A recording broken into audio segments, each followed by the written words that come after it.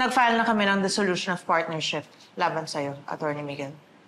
I have all the documents right here if you want to go through them. Okay, let's stop this. Hindi ako nakikipaglaro sa'yo, Mercy. Marami pa kaming kailangang pag-usapan. Mukha ba ako nakikipaglaro?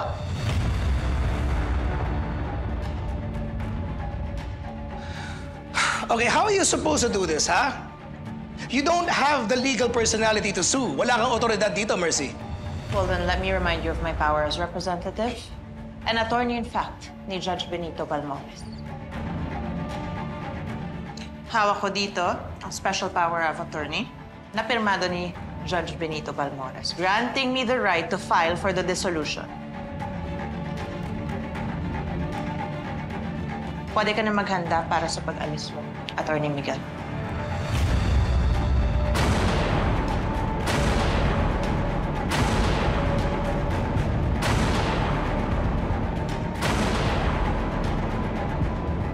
You can't do this to me. I have worked too hard for this firm. Everybody knows that. Bawian mo yung sinabi mo. I've made my decision, Attorney Miguel. I know what this is about. This is because of what's happening between you and me, no? Pwede ba, Mercy, kung ano man yung naging personal na problema natin, huwag mo idadama yung firm? Oh, nothing here is personal. Pinoprotektahan ko lang ang pinaghirapan ni Dad, na by the way, buhay pa.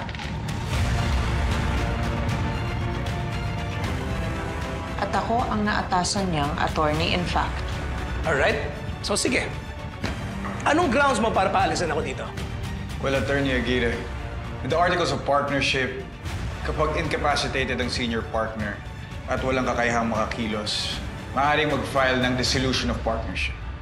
At kung babalikan mo ang partnership agreement nyo ni Mr. Balmores, then you know na iisa lang ang partner na kailangan mag-vote for this, for it to be dissolved. And in this case, it's Mrs. Mercy Balmores Aguirre as his representative. Kini-question nyo ang kaalaman ko sa batas? Mercy, excuse me.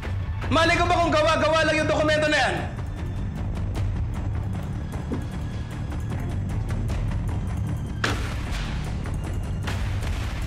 Lihiti mo yung pirma ni Judge. Now, if you want to question the document, I suggest maghain ka ng petisyon sa korte. Friendly advice, Attorney Aguirre. Kapag ginawa mo yun, buong puwersa ng Balmores Law Firm ang papanggay mo.